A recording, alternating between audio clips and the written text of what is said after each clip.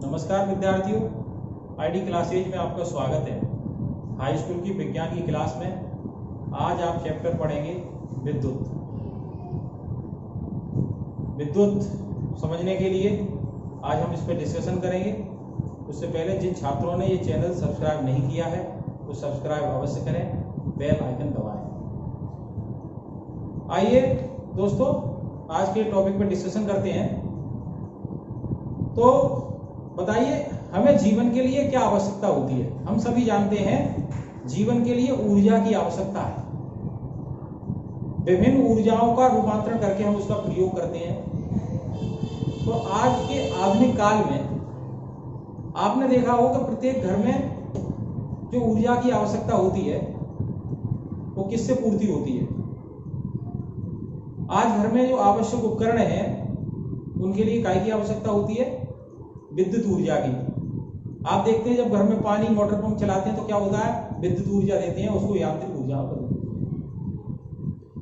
कोई भी उपकरण देख लें आप घर के, चाहे वो पंखा चलाना हो, चाहे एसी चलाना हो, आपको मोबाइल चार्ज करना हो, तो क्या है, विद्युत की आवश्यकता पड़ती है। तो आइए देखते हैं आज कि विद्युत है क्या। है आज विद्युत समझने का प्रयास करते हैं। विद्युत क्या है ना, यह पदार्थ में कैसे प्रवाहित होती है, इस पर आज विचार करेंगे। तो उससे पहले आपने देखा होगा 9th क्लास में आपने पढ़ा पदार्थ क्या है। पदार्थ क्या है, तो आपने देखा पदार्थ क्या है, सूक्ष्म कणों से मिलकर बना होता है। ये आपने पढ़ा था। क्या पदार्थ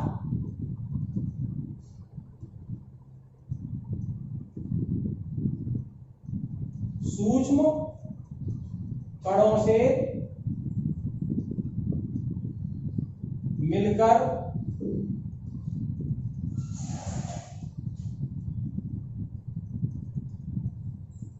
बना होता है।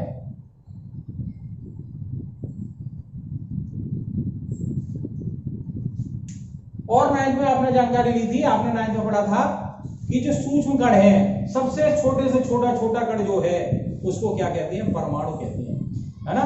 डाल्टन का सिद्धांत में आपने पढ़ा था कि परमाणु क्या है, अविभाज्य कण है। पदार्थ का सबसे छोटा रूप है, अविभाज्य कण है। ठीक है। परंतु उसके बाद फिर आपने पढ़ा था कि परमाणु से भी छोटा कण है, यानी परमाणु भी छोटे कणों से मिलकर बना है। परमाणु जिन छोटे छोटे कणों से मिलकर बना है, यानी जो सूक्ष्म कण सबसे छोटा कण है, परमाणु जिसे बोल रहे हैं, वो भी क्या है, और छोटे कणों से मिलकर बना है। वो क्या कहलाते हैं, प्रोटॉन। क्या कहलाते हैं वो, प्रोटॉन।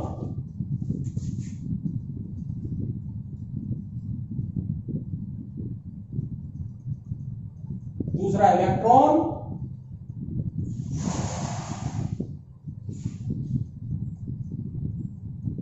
और तीसरा क्या कहलाते हैं, न्यूट्रॉन।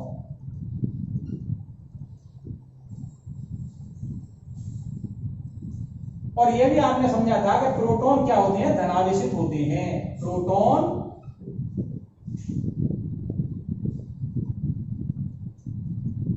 धनावेशित होता है,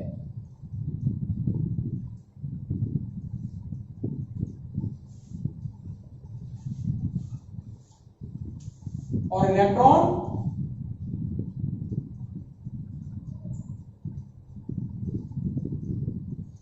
ऋणावेशित होता है।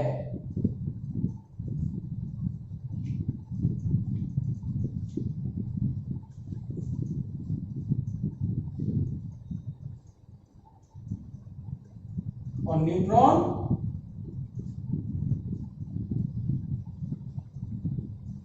उदासीन होता है।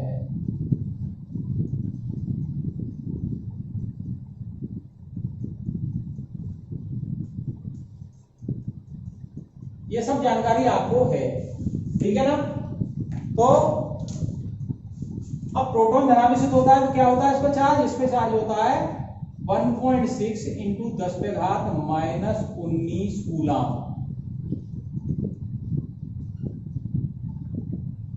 प्लस का धनावेशित होता है।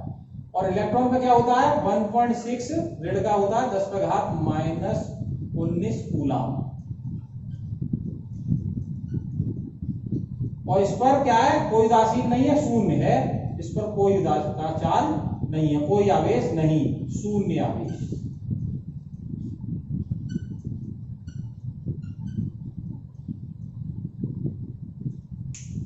जब आप ये छोटे छोटे कण की बात आई थी उसमें आप आवेश समझ गए, तो अब आप बात आती है कि आवेश किसे कहते हैं, आवेश किसे कहते हैं। अब डिस्कशन करते हैं कि आवेश किसे कहते हैं, ठीक है। तो ध्यान दें,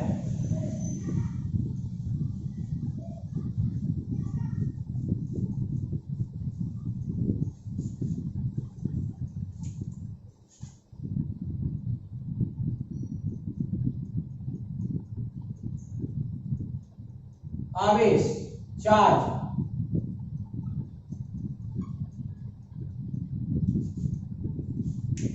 अब आवेश समझने के लिए आपको क्या करना है, आपने ये भी प्रयोग पढ़ा है, आप जानते हैं क्या करते हैं। आपने कभी देखा होगा कि आपने जो कंघा है उसको बालों से रगड़ते हैं और जब छोटे छोटे टुकड़े कागज के होते हैं उसकी तरफ रखते हैं, है ना, तो वो क्या कागजों के टुकड़ों को खींच लेता है, क्या कर लेता है, आकर्षित कर लेता है ना। तो जो आकर्षित करना, क्या करना, आकर्षित कर लिया किसी चीज को, किसी पदार्थ को आकर्षित कर लिया, इसको क्या कहते हैं, आवेश कहते हैं। इसका मतलब क्या है, अगर उसने जो दूसरे पदार्थ को आकर्षित कर लिया तो पदार्थ ने विद्युत आवेश ग्रहण कर लिया। इसका मतलब क्या होता है, पदार्थ ने विद्युत आवेश ग्रहण कर लिया।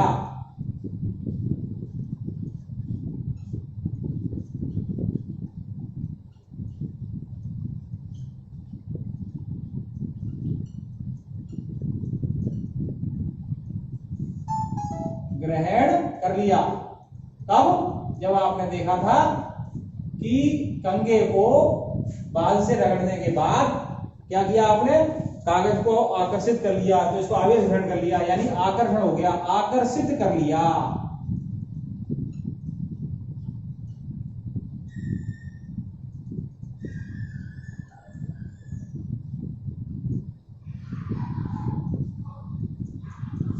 ठीक है ना, तो कॉन्सेप्ट समझ में आया।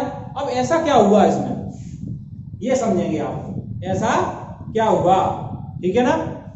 तो यहां क्या होता है कि जब कोई आकर्षण करता है पदार्थ में, पदार्थ दूसरे पदार्थ को आकर्षित करता है ना, तो जो रगड़ने की क्रिया हुई थी उसमें क्या हुआ कि इलेक्ट्रॉन का आदान प्रदान हुआ। एक पदार्थ ने इलेक्ट्रॉन त्यागे, दूसरे पदार्थ ने इलेक्ट्रॉन ग्रहण किए। जिस पदार्थ ने इलेक्ट्रॉन त्यागे उस पर धनावेश आता, जिस पदार्थ ने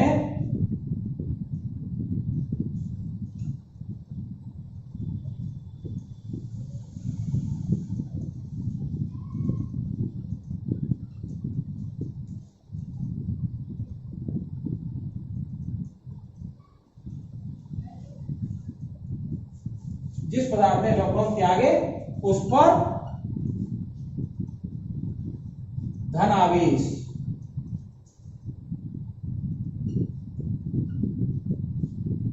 और जिस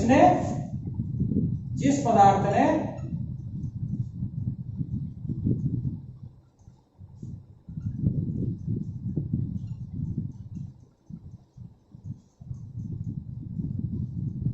इलेक्ट्रॉन ग्रहण किए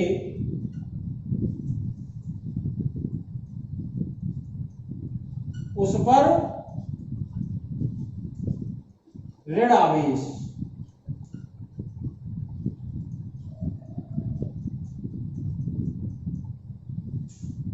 तो ये कॉन्सेप्ट ध्यान में आना चाहिए, है ना। जैसे आप क्या करें, कांच की कोई छड़, क्या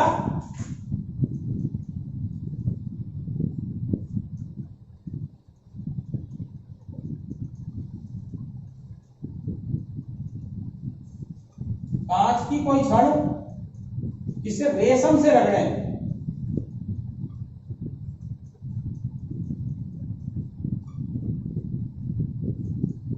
तो क्या होता है, कांच की छड़ पर धनावेश आता है। कांच की छड़ पर इसमें क्या आता है, धनावेश। इसका अर्थ क्या हुआ, इसमें से इलेक्ट्रॉन का प्रदान हो गया, इलेक्ट्रॉन निकल गए। और रेशम का क्या आता है, ऋण आवेश।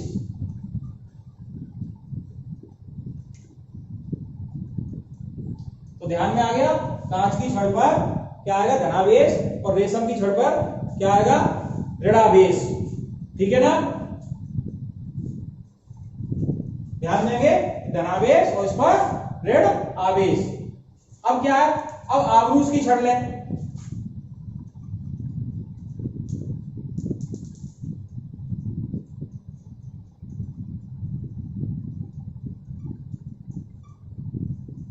और किससे रगड़े, बिल्ली की खाल से।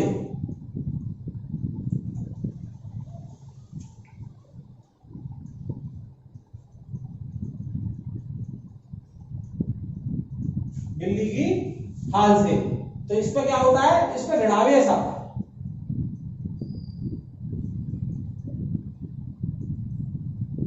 और यहां क्या आ जाएगा, धनावेश आ जाएगा।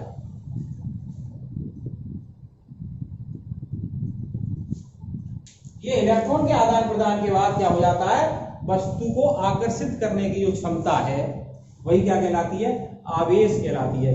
क्या कहलाती है, आवेश कहलाती है। तो यहां विद्युत आवेश क्या हो गया, विद्युत आवेश किसी वस्तु का वह गुण है जिस कारण वह अन्य वस्तु पर विद्युत अथवा चुंबकीय बल लगाती है। तो ध्यान देंगे,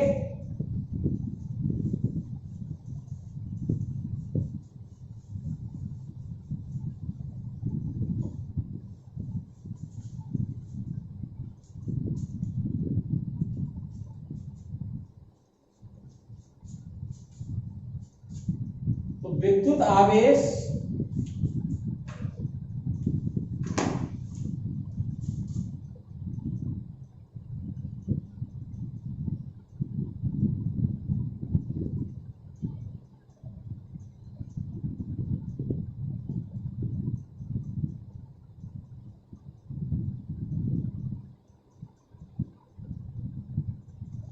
विद्युत आवेश, तो क्या बताया मैंने, विद्युत आवेश किसी वस्तु का वह गुण है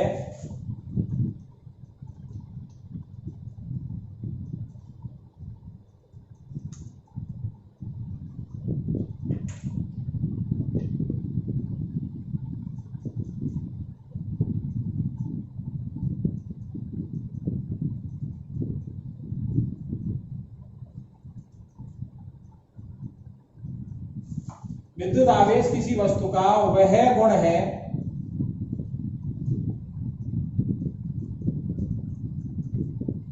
ठीक है, विद्युत आवेश किसी वस्तु का वह गुण है, ध्यान देंगे, जिस कारण वह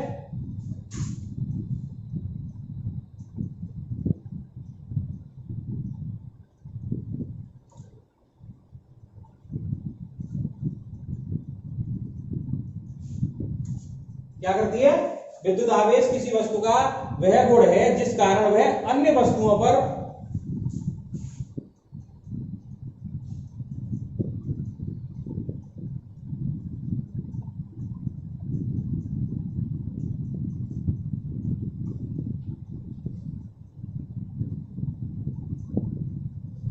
विद्युत अथवा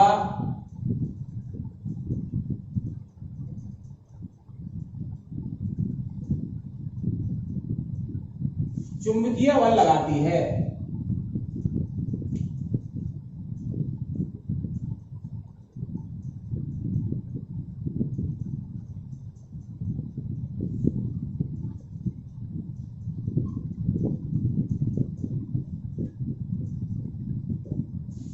तो क्या हुआ, विद्युत आवेश किसी वस्तु का वह गुण है जिस कारण वह अन्य वस्तुओं पर विद्युत अथवा चुंबकीय बल लगाती है अथवा अनुभव करती है, अथवा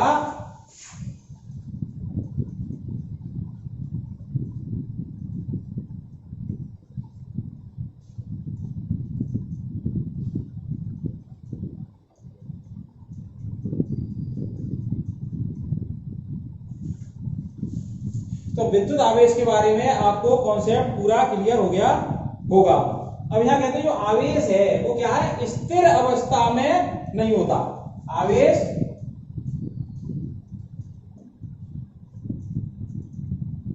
स्थिर नहीं होता,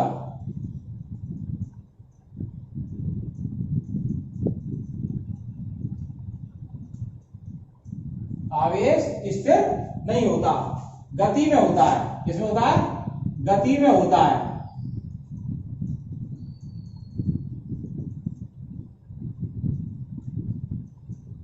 जैसे आपने देखा होगा वर्षा के दिनों में जैसे विद्युत तड़ित, यानी कि जो बिजली चमकती है वो क्या होता है? बादल से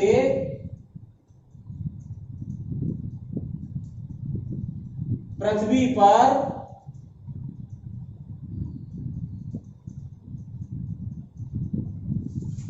वायुमंडल में गति करके पहुंचता है। वायुमंडल में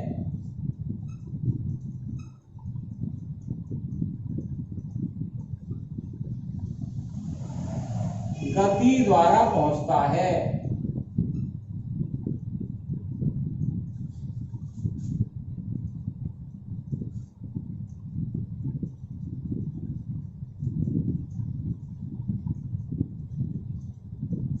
ठीक है ना? गति द्वारा पहुंचता है। तो इस तरह से आपने जो है विद्युत के बारे में, आवेश के बारे में क्या किया? समझा। कॉन्सेप्ट आपकी समझ में आया। आवेश क्या है? तो आवेश का भी मैंने बताए थे। आवेश जो है दो प्रकार का हो जाएगा।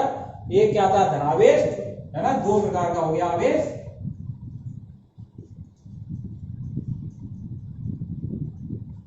दो प्रकार का। नंबर एक धनावेश,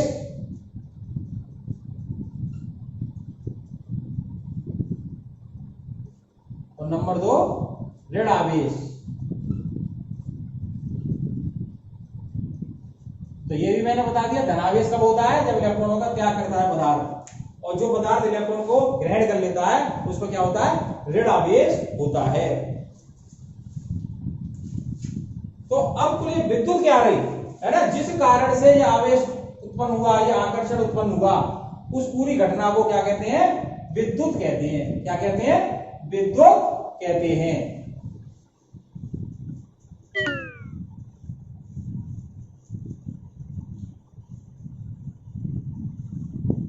तो आपने पता था कि आवेश गत अवस्था में होता है। तो आवेश की जो प्रवाह होता है ना, आवेश का प्रवाह, आवेश का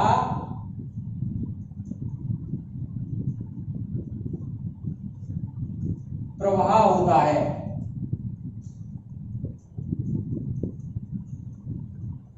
ना? यदि एक सेकंड में कितना आवेश प्रवाह हो रहा है, अगर ये देखें हम, प्रति सेकंड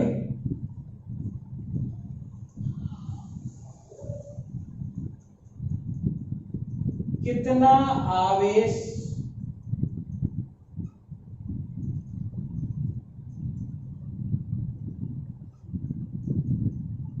प्रवाह हो रहा है। एक सेकंड में जितना आवेश प्रवाह होता है उसे कहते हैं विद्युत धारा। इसलिए अब विद्युत धारा की जो परिभाषा आई वो क्या आई? विद्युत धारा। आवेश प्रवाह की दर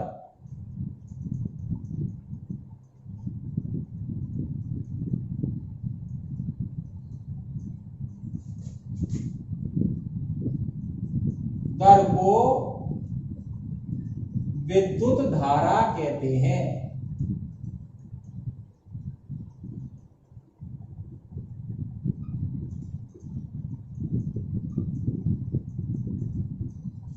तो आवेश प्रवाह होते हैं, आवेश की जो इकाई होती है ना, आवेश का मात्रक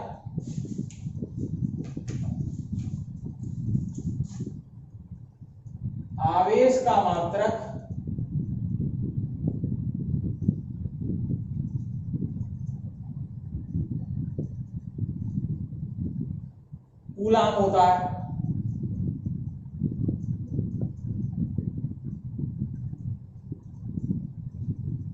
आवेश का मात्रक कूलाम होता है। और समय का क्या होता है? सेकंड। इसलिए विद्युत धारा का जो सूत्र आएगा, विद्युत धारा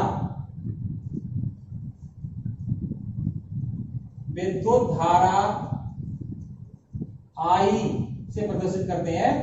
आई बराबर होता है आवेश प्रवाह की दर यानी क्यू बटे टी। इसलिए इसका मात्रक क्या हो गया, क्यू का था कूलाम और इसका क्या हो गया सेकंड। कूलाम प्रति सेकंड आई का मात्रक हो गया, कूलाम प्रति सेकंड। ठीक है, कूलाम प्रति सेकंड किसका मात्रक हो गया, आई का मात्रक हो गया। या इसे क्या करते हैं, या एम्पियर से भी कहते हैं, एम्पियर से कैसे करते हैं, एम्पियर।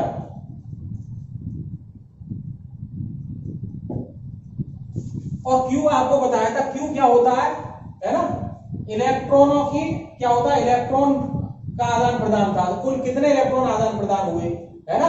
अगर n इलेक्ट्रॉन आदान प्रदान हुए तो Q बराबर क्या हो जाएगा, Q बराबर हो जाएगा Ne,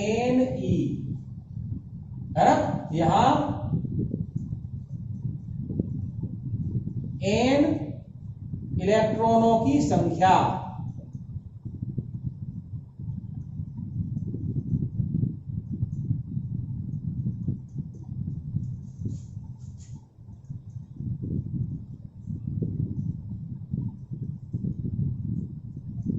n क्या है, इलेक्ट्रॉनों की संख्या,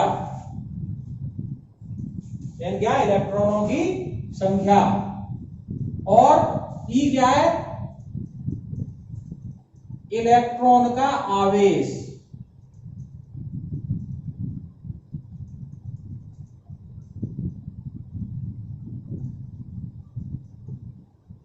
तो मैंने बताया था आपको 1.6 इंटू 10⁻⁻19 माइनस का। ठीक है, तो ये होता है Q बराबर Ne, ये आना चाहिए। या I बराबर हो गया Ne/T। ठीक है, अब यहां पर जो एम्पियर है इसकी भी परिभाषा पूछ ली जाती है, तो एम्पियर की परिभाषा क्या है,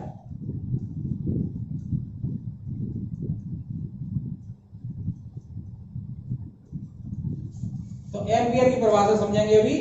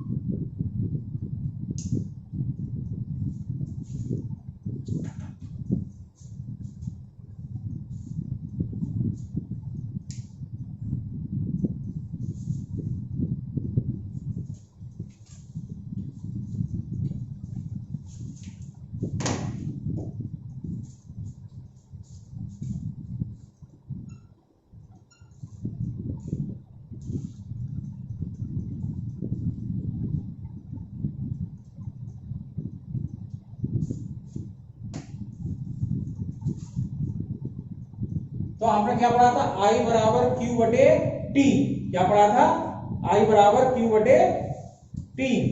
ठीक है ना, I बराबर Q अपॉन T से क्या हो सकता है, अगर हम एक कूलाम आवेश, है ना, क्या एक कूलाम आवेश का प्रवाह 1 सेकंड तक हो तो क्या होगा, धारा 1 एम्पियर होगी, है ना। 1 कूलाम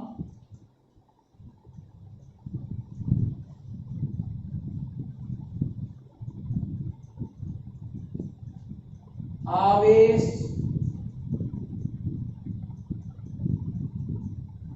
का प्रवाह 1 सेकंड तक हो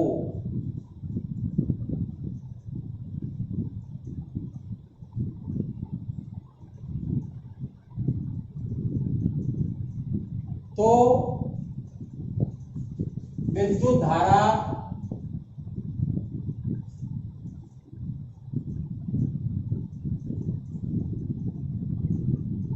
एक एम्पियर होगी।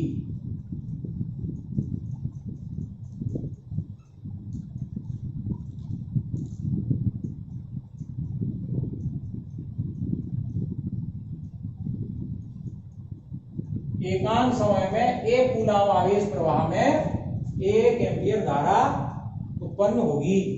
ठीक है, तो ये एम्पियर की परिभाषा रही। अब इसका एक न्यूमेरिकल देखते हैं। और परपथ में कैसे विद्युत धारा होती है इस पर विचार कर लेते हैं।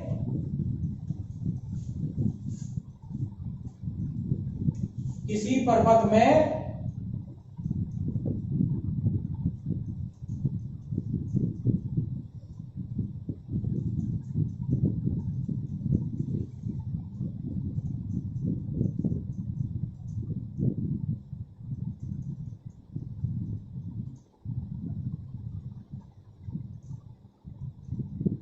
देखिए, एक बैटरी लगाते हैं, एक कुंजी लगाते हैं, तो ये यहां पे कमेंट धारा नापने के लिए अमीटर है, ये धन ये ऋण। ठीक है ना, एक बल्ब जलने के लिए लगा दिया उसमें, और क्या है, एक कुंजी, और यहां पर एक सेल।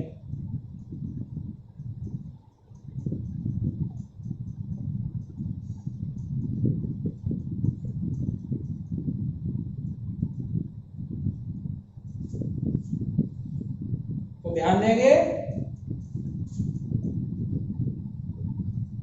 ये ऋण ये धन होगा, ये ध्यान रखना, ये धन इधर होगा, ये ऋण होगा। ये कुंजी दबाने पर धारा प्रवाहित होगी और बल्ब जलेगा। तो इस तरह से जो धारा प्रवाहित हो रही है वो आई ये रहती है ना, परपथ में। ये क्या है, विद्युत परपथ।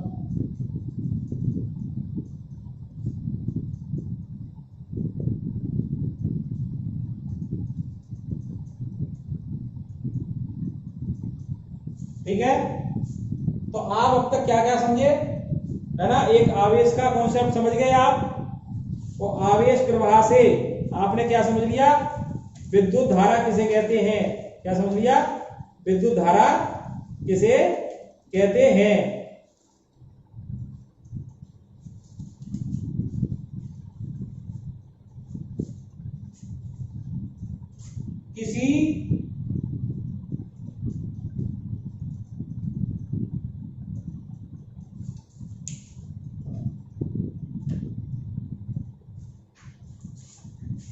किसी विद्युत धारा के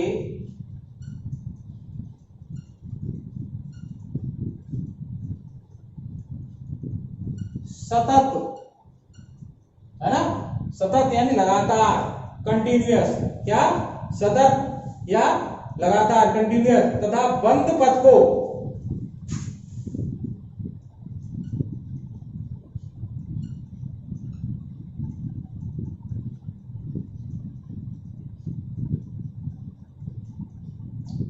विद्युत परपथ कहते हैं।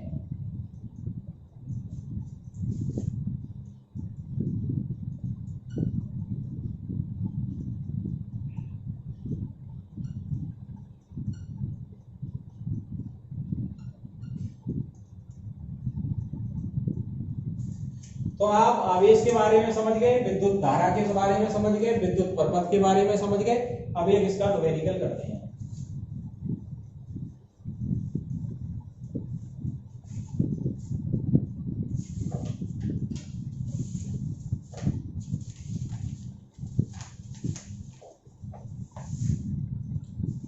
देखिए, आपकी किताब का एक क्वेश्चन है,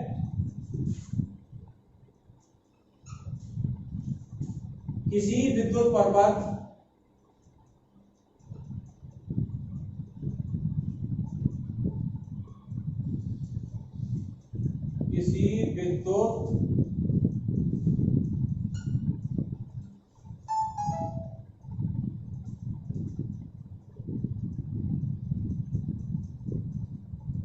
बल्ब के तंतु में से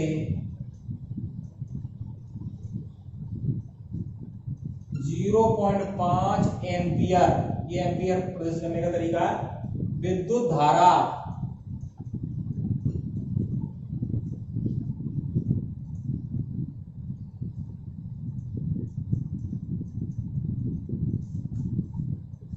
दस मिनट तक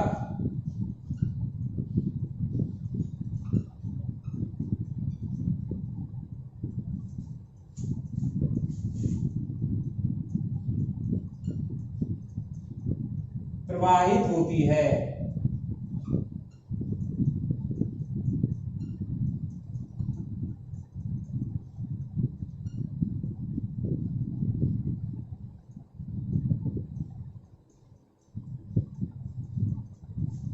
विद्युत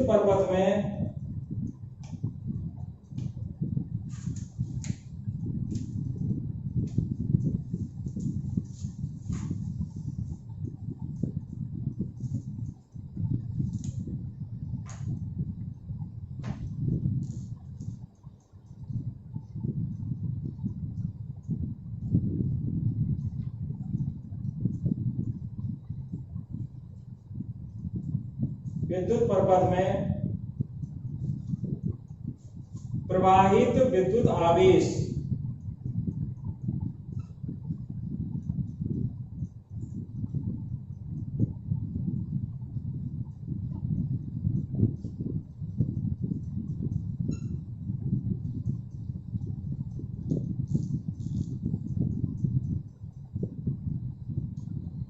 विद्युत परपथ से प्रवाहित विद्युत आवेश का परिमाण ज्ञात करो। का परिमाण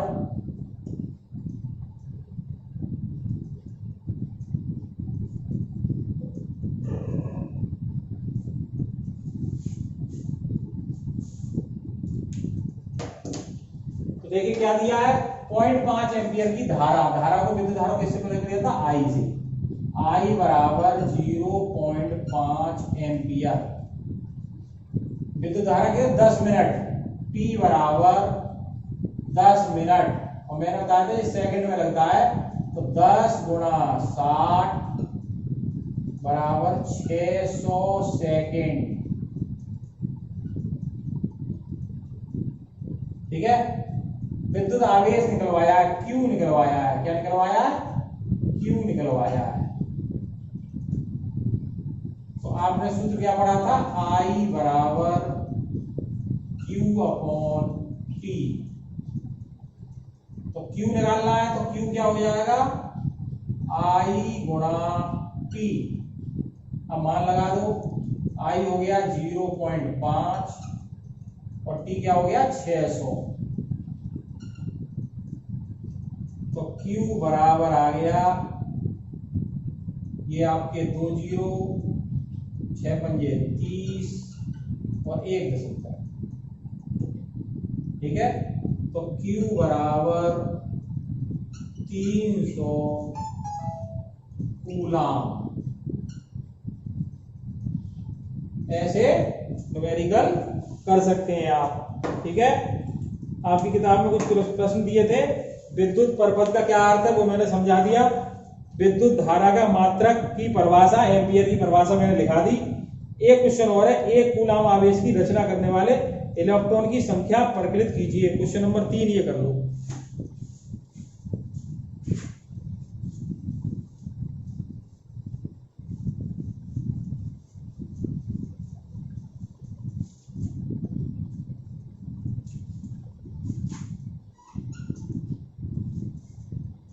एक कूलाम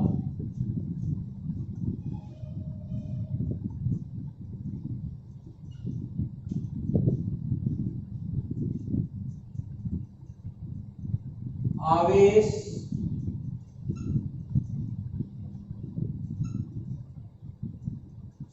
की रचना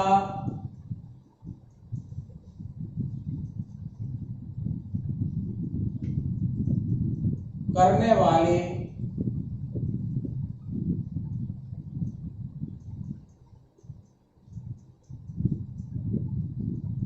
इलेक्ट्रॉनों की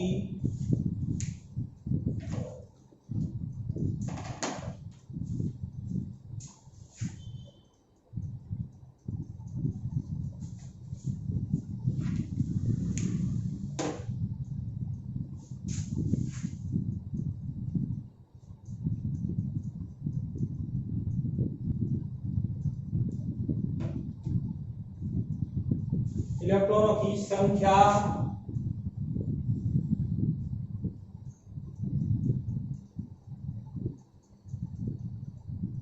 परिकलित कीजिए।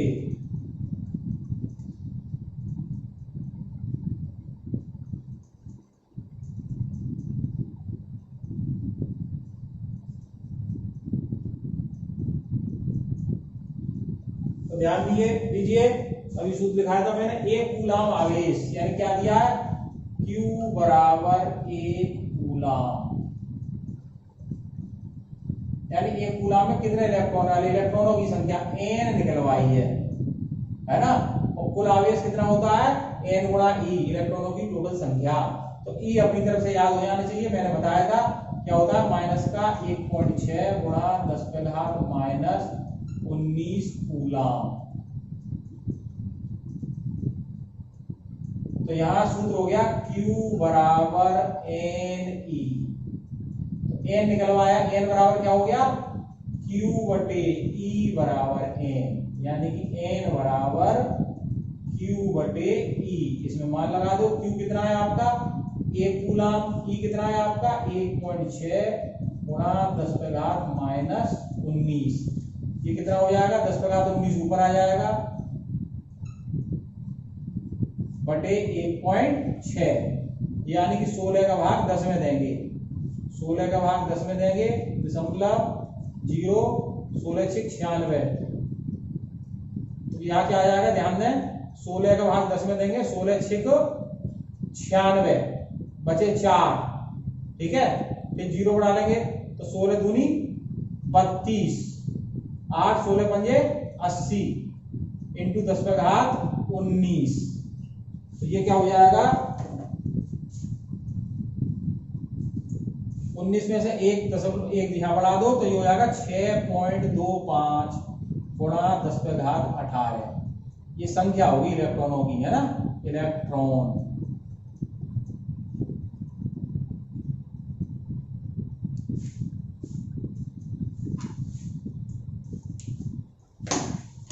तो दोस्तों आज आपने विद्युत वाले चैप्टर में विद्युत का कॉन्सेप्ट समझा, तो उसमें आवेश क्या होता है ये समझा, और क्या समझा, विद्युत धारा क्या होती है, उसके न्यूमेरिकल, इतना आप करेंगे, इसके आधार पर इसके न्यूमेरिकल कर सकते हैं।